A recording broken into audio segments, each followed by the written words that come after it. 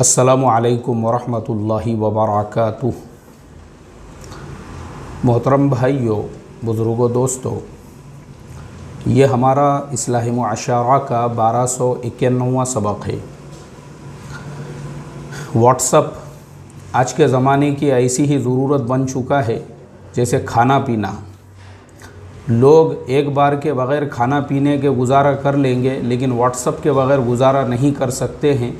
हर 5 minute को 10 minute को जैसे छोटे बच्चे की फाली चेक करते हैं, डायपर चेक करते हैं, कुछ आया तो नहीं, वैसे ही लोगों को व्हाट्सअप की आदत पड़ गई हुई है। हर 2-5 मिनट को चेक करते रहते हैं कुछ आया या नहीं आया। लेकिन अब व्हाट्सअप की जो नई पॉलिसी आई है उसने व्हाट्सअप यूज़र्स की नींदें हराम कर दी है, और वो होना भी चाहिए। अब मैं आपको बताता हूँ उसका रीज़न क्या है और वो न्यू पॉलिसीज़ क्या है। हम साथ में स्क्रीनशॉट भी जोड़ रहे हैं न्यू पॉलिसीज़ का। व्हाट्सएप का कहना ये है कि आप लोग जितने भी लोग हमारे साथ में जुड़े हुए हैं, तकरीबन पूरी दुनिया में 250 से 300 करोड़ के बीच में लोग व्हाट्सएप के साथ में जुड़े हुए हैं। व्हाट्सएप का कहना ये है, जितने भी लोग हमारे साथ में जुड़े हुए हैं, आपका पूरा डेटा ऑलरेडी हमारे पास में है। डेटा किसे कहते हैं? डेटा इस बात को कहते हैं कि आप व्हाट्सएप यूज़ कर रहे हैं, आप किस कैटेगरी के इंसान हैं। आप इमाम साहब हैं, आप आलिम साहब हैं, आप मुफ्ती साहब हैं, आप कंपनी के मालिक हैं, आप मजदूरी करने वाले हैं, आप जॉब करने वाले हैं, आप आईटी प्रोफेशनल हैं, आप किस लाइन के इंसान हैं। व्हाट्सएप के पास आपका पूरा नाम आमाल पहुंच चुका है। आप जितने सालों से भी व्हाट्सएप इस्तेमाल करते हो, तो अब व्हाट्सएप का कहना यह है कि ये सारा डेटा जो हमारे पास में है, हम अलग अलग कैटेगरीज़ के लोगों को वो बेचेंगे। अब जैसे आप अगर जॉब करने वाले हैं, आप अगर आईटी इंजीनियर है, आप अगर टीचर है, आप गवर्नमेंट एम्प्लॉई है, तो आप लोगों का सबका डेटा हम बैंक वालों को बेचेंगे, फाइनेंस वालों को बेचेंगे, सब इन लोगों को बेच देंगे। व्हाट्सएप का उससे फ़ायदा ये होगा कि वो डेटा पैसों में बिकता है, और जब वो बिकेगा तो व्हाट्सएप को अरबों खरबों मिलियंस डॉलर्स का जो है उसमें फ़ायदा होगा। और जब बैंकों के पास आपका डेटा जाएगा तो बैंक आपको फिर मैसेज करेंगे, सर आपको कार लोन चाहिए, आपको होम लोन चाहिए, आपको ये चाहिए, आपको वो चाहिए। आपको जॉब्स ऑफ़र की जाएंगी, जो naukri.com है, monster.com है, शाइन है, और भी बहुत सारी ऐसी वेबसाइट्स हैं। वो आपको जो है मैसेजेस करती रहेगी आपके, क्योंकि आपका नाम आमाल व्हाट्सएप ने पूरा पढ़ लिया हुआ है। आप किस कैटेगरी के इंसान हैं, उस टाइप के जॉब्स के आपको मैसेजेस उन कंपनियों की तरफ से या कॉल्स वगैरह आते रहेंगे कि सर आप नई जॉब तलाश कर रहे हैं क्या, आप मज़दूर आदमी है। ये कैसा है, ये बहुत बड़ी एक इंडस्ट्री है। ये सब जो पूरी दुनिया के अंदर व्हाट्सएप हो, आप लोगों को क्या लगता है आपको फेसबुक मुफ्त में इस्तेमाल करने दे रहा है, तो आप जो है उसके ऊपर अपने शादी की, अपने जॉब की, अपने ऑफिसेस की तस्वीरें शेयर कर कर के खुश हो रहे हैं, सेल्फ़ी मार के, कभी तेकड़े पे सेल्फ़ी, कभी पहाड़ पे सेल्फ़ी, कभी बैतुल खला के दरवाजे पे सेल्फ़ी, और सेल्फ़ी मार के जो है वो उसको फेसबुक पे डाल के आपके अपने आप को बहुत बड़ा होशियार तुर्रम खा समझ रहे हो कि मैंने बहुत बड़ा तीर चला दिया, कारनामा अंजाम दिया। आपका वो सारा डेटा फेसबुक के पास में सेव है, और वही डेटा का इस्तेमाल करके उन्होंने डोनाल्ड ट्रंप को अमेरिका का सदर बनाया था। मालूम है आपको, अमेरिका का सदर जो डोनाल्ड ट्रंप को बनाया था वो कैसे बनाया था? फेसबुक ने जितने भी फेसबुक यूज़र्स है अमेरिका के अंदर, सबका डेटा कलेक्ट किया कि कौन से इंसान की मेंटालिटी क्या है। अभी जैसे मैं मौलाना अकबर हाशमी हूँ, मेरा काम क्या है, मैं फ़ेसबुक पे क्या पोस्ट डालता हूँ, समाज सुधार की, इस्लाह मुआशरा की, समाज के अंदर जो ख़राबियाँ हैं, बुराइयाँ हैं, उसके बारे में। तो उन्होंने मेरी मेंटालिटी को पढ़ लिया कि भाई ये जो मौलाना हैं, इनका ये जो फेसबुक का इस्तेमाल है, इसके ऊपर 90% इनकी पोस्ट उसी टाइप की होती है। फिर अब उन्होंने मुझे अपना टारगेट बना के फिर मेरे सामने जो है सिर्फ वही ख़बरें उन्होंने लाना शुरू कर दी है जिसके अंदर समाज में बिगाड़ हो रहा है, कहीं पे जो है मुसलमान महल्लों में गंदगी के ढिगार है, वही न्यूज़ मेरे सामने वो बार बार ला रहे हैं ताकि मैं उसको क्लिक करके पढूं। अब ऐसे ही उन्होंने एक डॉक्टर को देख लिया।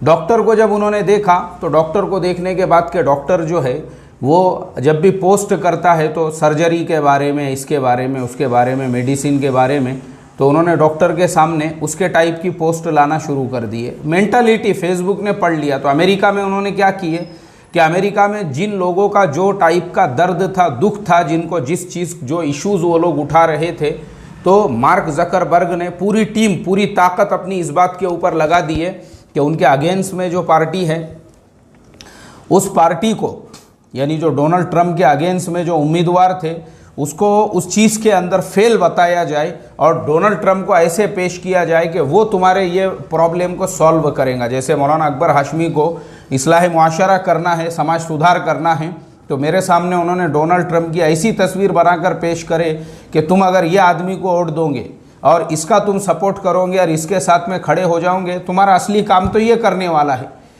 तुम इसके साथ खड़े रहकर तो देखो, ये सारा इस्लाह मुआशरा का काम करेगा और एक नया कानून पास करेगा जिसका मकसद ये होगा कि भाई शादी ब्याह में जो है 20 लोगों से ज़्यादा की परमिशन नहीं होंगी, हॉल की इजाज़त नहीं होंगी, वलीमों के अंदर लाखों रुपये खर्च करने का परमिशन नहीं होगा। ये उस टाइप का इंसान है ये खुद, और उस टाइप में अगर उसने कोई बयान वगैरह जारी किया हुआ होगा, वो बार बार हमारे सामने लाएंगे।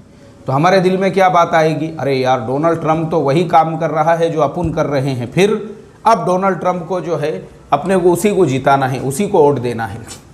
इसे कहते हैं आपके पूरे डेटा को खंगालना, एक्सरे करना और आपका पूरा जो नाम आमाल है, आपकी पूरी मेंटालिटी है, उसके हिसाब से आपको जो है टारगेट बनाना। यही काम फेसबुक ने किया और वो करने की वजह से उस पर केस चला। मार्क जकरबर्ग को बाज़ाब्ता कोर्ट में खड़ा होना पड़ा अमेरिका के अंदर। खैर अभी वो लंबा किस्सा है, लेकिन व्हाट्सएप भी मार्क जकरबर्ग की ही कंपनी है। आप ऐसा मत समझो कि आगे वो आपका डेटा ऑलरेडी है। आप जो अभी तक यूज़ कर रहे थे ना, कितने सालों से इस्तेमाल कर रहे हो व्हाट्सएप को, 5 साल, 6 साल, 8 साल, जितने भी साल हो गए, इतने सालों में आपने उसके ऊपर क्या खेती बोई है, वो पूरी का पूरी मार्क जकरबर्ग के पास में है, सब मालूम है उसको। तो इसके लिए मेरे मोहतरम दोस्तों, हमारा जो ज़माना है ना, ये चौकन्ना और होशियार रहने का है। चौकन्ना और होशियार, वो हमारे मौलाना यूनुस साहब रहमतुल्लाह अलैह फरमाते थे, अपने आप को इतना भी सीधा सादा भोला भाला मत बनाओ कि कोई भी तुमको मामा समझ के जो है मामा बना के चला जाए। ऐसा भी मत करो, बल्कि चौकन्ने रहो, चौकन्ने। तो क्या रहता, अब बहुत सारे लोग मैं देख रहा हूँ वो मैसेजेस चला रहे हैं, व्हाट्सएप बंद कर दिया जाए, उसकी जगह टेलीग्राम इस्तेमाल करो, ऐसा लोगों का कहना है। मेरे भाई, तुम चाहे टेलीग्राम इस्तेमाल करो, चाहे जीमेल इस्तेमाल करो, चाहे कुछ भी इस्तेमाल करो, सबके पास में आपका डेटा जो है ना, हर एक के पास में महफूज है, सबके पास में, किसी के भी कुछ भी इस्तेमाल करो। इसका तरीक़ा यही है। मैं अभी आपको एक आम मिसाल देकर बताता हूँ। जैसे मिसाल के तौर पे आप खाना खाने के लिए बैठे हुए हैं, आपके सामने 2 प्यालों में 2 सालन रखा हुआ है। आपने देखे कि एक जो शोरबा है, सालन है, उसके अंदर बहुत ज़्यादा तीखा डाला हुआ है, मिर्ची डाली हुई है जो आपको खाई नहीं जा रही है, और दूसरा जो है वो फीका है। तो अब उनको इस्तेमाल कैसे करें, हालांकि जो तीखा है वो बहुत ज़्यादा लजीज है, वो भी आपको खाना है, मगर अब करेंगे क्या। उसका बहुत आसान और सिंपल तरीक़ा ये है कि पहले आप एक लुक़मे में जितना सालन ऐसा पूरा चौपड़ के उसको जो है खाते थे, उतना मत खाओ उसको। रोटी का टुकड़ा लो, पहले जितना खाते थे उससे सिर्फ आधा लगाओ अपने रोटी को और खाओ।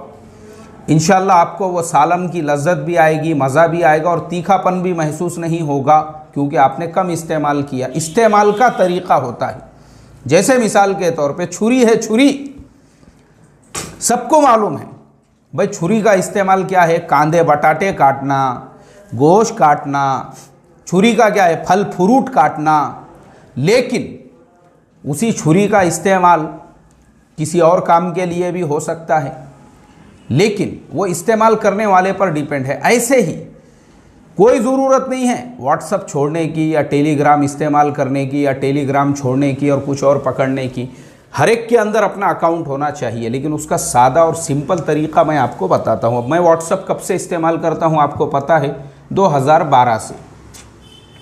लेकिन व्हाट्सअप तो बच्चा है, अब भी मार्केट में आया, लेकिन जब मोबाइल दुनिया में आया था, जब मोबाइल लॉन्च हुआ था, तो हमने पहले मोबाइल की पूरी तारीख पढ़े थे।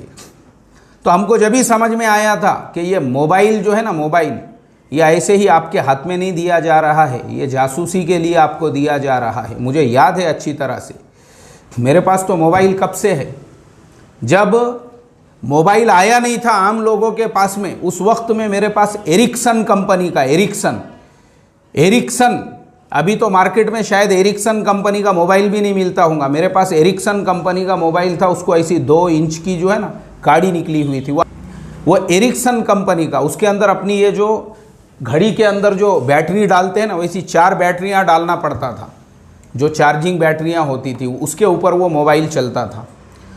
तो हमने मोबाइल की तारीख उसी वक्त में पढ़े थे। तो मुझे अच्छी तरह याद है, मैंने मराठी पेपर के अंदर उसके पूरे डिटेल्स पढ़ा था। उसमें उन्होंने लिखे थे कि बोले मोबाइल कोई नई चीज़ नहीं है, सेकेंड वर्ल्ड वॉर के अंदर मोबाइल का आविष्कार हो चुका था। सबसे पहला मोबाइल मोटोरोला कंपनी ने बनाया था, जो सिर्फ और सिर्फ आर्मी के इस्तेमाल के लिए काम में आता था, सिर्फ आर्मी वाले यूज़ करते थे। मोबाइल को पब्लिक के हाथों में क्यों पहुंचाया गया, उसके लिए 60-70 साल क्यों देरी हो गई, क्यों ताख़ीर हो गई? वो इसलिए हुई देरी और ताख़ीर क्योंकि इतने सालों में जो बड़े बड़े साइंटिस्ट थे और गवर्नमेंटें थी अमेरिका, उनके समझ में ये आया कि मोबाइल जो है ये एक ऐसा आला है जो एक टावर से, नेटवर्क से, सैटेलाइट से कनेक्ट होता है। जिसके हाथ में मोबाइल रहेगा वो दुनिया के किसी भी कोने में रहो, आप उसके टावर से, नेटवर्क से पता कर सकते हैं ये इंसान दुनिया के किस चप्पे में है। तो जो 80s का ज़माना है, पूरी दुनिया के अंदर बड़े बड़े क्रिमिनल्स का ज़माना हुआ करता था। गॉडफादर, पाब्ले इफ्तिखार, पता नहीं और कौन कौन से थे, उनके बराबर से नाम लेना भी अपने को जमते नहीं। खैर, ऐसे लोगों का वो ज़माना था जो पूरी दुनिया में बड़े बड़े ड्रग्स डीलर्स बने हुए थे। गैंग्स एक से बढ़ के एक पूरी दुनिया में, Hong Kong gang, China gang, Japan gang, Korea gang, इसी तरह से Mexico gang, Colombia gang, Argentina gang, और अमेरिका में तो गली गली में गैंग बने हुए थे। तो उन सब को काबू और कंट्रोल करने के लिए कि हमको ऐसा नेटवर्क चाहिए, क्योंकि पकड़ में आता ही नहीं था कोई, तब जाके मोबाइलों का आविष्कार हुआ। अब मोबाइल की वजह से हमारे आज के ज़माने में सबसे बड़ा जासूसी का आला अगर आपके पास में कोई है, वो आपका मोबाइल फ़ोन है। और हम लोग जासूसी किसे समझते हैं? कोनिया मारने को, कोनिया मारने को। हमारे अकाबिर साहब भी दूसरे को, बाजू वाले को ऐसे कोनिया मारते, ऐसे उंगलियां करते उसको, बाजू वाले को। ऐसे हमारे आजकल हमारे मशवरों में, हमारी मजलिसों में इस टाइप की जासूसी होती है। मैं एक मदरसे के मोहतमिम साहब के पास गया मिलने को, मैं बैठा हुआ हूँ उनके बाजू में, और वो है, मैं है, एक और साहब है। हमारी बात चल रही है एक ताउन के सिलसिले में। मैं उनको बता रहा था कि ताउन जो है आप लोग किस तरीक़े से कलेक्ट कर सकते हो। तो अचानक में एक और मौलवी साहब ही आ गए, वो भी हमारे जैसे पैजामा कुर्ता पहने हुए ही थे। तो वो साहब जो मेरे बाजू बैठे थे, उन्होंने ज़ोर से मेरे मांडी को दबाई। मैं बोला, भाई क्यों मांडी क्यों दबा रहे आप मेरी? अरे नहीं, इसका मतलब ये है आप थोड़ा अभी ये टॉपिक को रोक दो, बोले वो जाने के बाद अपन बात करेंगे।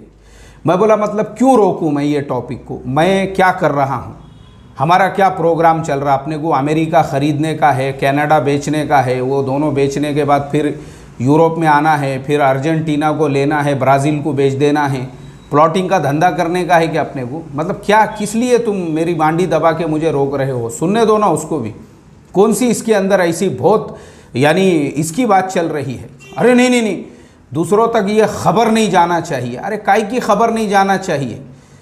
तो आज जो है ना, सेंस की सबसे बड़ी कमी है, सेंस की, कहाँ पे क्या बोलना चाहिए। वो मैं एक गज़ल पढ़ रहा था, तो जैसा शायर ने कहा कि छुपाना भी नहीं आता और जताना भी नहीं आता, ऐसे हम लोगों को भी कहाँ पे क्या बोलना है उसका तरीक़ा नहीं आता।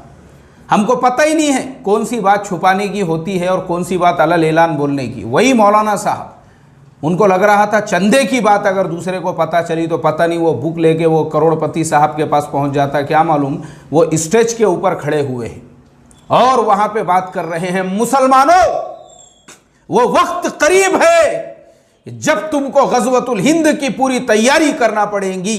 स्टेज के ऊपर। तो वो बयान होने के बाद फिर मैंने उनको समझाया, मैंने कहा मौलाना साहब, ग़ज़वतुल हिंद इंडियन गवर्नमेंट के अकॉर्डिंगली ये एक इलीगल शब्द है, इसका इस्तेमाल आप अलल ऐलान बयानों में नहीं कर सकते हैं। अगर आप इस तरीके की बातचीत करते हैं आपके ऊपर लीगल कार्रवाई हो सकती है। पहले अपने अंदर सेंस पैदा करो, कौन सी बात छुपाने की होती है और कौन सी बात बताने की। ये बात तन्हाई में एक दूसरे के कान में करने की बात तुम स्टेज पे खड़े रह के अलल ऐलान कर रहे हो, और जो बात छुपाने की नहीं है आपको लग रहा है नहीं वो किसको पता नहीं चलना चाहिए, उसमें आप मांडी दबा रहे हो, कोनियां मार रहे हो, ऐसे एक दूसरे को उंगलियां कर रहे हो, एक दूसरे को गच्चू पर अरे पैर एक दूसरे के ठेस रहे हो। ये हाल है हमारा। तो खैर, तो मोबाइल फ़ोन जो है वो इसीलिए गवर्नमेंटों ने बनाई है ताकि हमारी जासूसी हो सके। तो वो सब मराठी पेपर में मैंने सारे उसके डिटेल्स पढ़ा था, मुझे याद है अच्छी तरह से। तो तभी मेरे समझ में आया था कि मोबाइल जो है ये हमको दिया ही इसलिए जा रहा है ताकि हमको ट्रैक किया जा सके हम दुनिया के किस कोने में किस चप्पे में हैं। इसीलिए आज क्राइम ब्रांच और पुलिस डिपार्टमेंट के लिए चोरों को, डाकुओं को, मर्डरर्स को, स्मगलर्स को, गुनहगारों को पकड़ना सबसे आसान हो चुका है, सिर्फ और सिर्फ मोबाइल नेटवर्क की वजह से बस। तो इसके लिए मोहतरम दोस्तों, चाहे व्हाट्सअप हो, टेलीग्राम हो, सब आपका पूरा नाम आमाल उनके पास जमा है। मैं आपको खाली उसका एकदम आसान और सिंपल तरीक़ा बताता हूँ। उसका सिंपल तरीक़ा ये है, चाहे आप व्हाट्सअप इस्तेमाल करो, टेलीग्राम इस्तेमाल करो, कभी भी कोई शब्द, कोई लफ्ज़ जिस मुल्क में रहते हो वहाँ के सिस्टम, वहाँ की गवर्नमेंट के ख़िलाफ़ में मत इस्तेमाल करो, कुछ नहीं होगा आपको इंशाअल्लाह। अल्लाह अमल की तौफ़ीक़ अता फ़रमाए। अस्सलामु अलैकुम व रहमतुल्लाहि व बरकातुहू।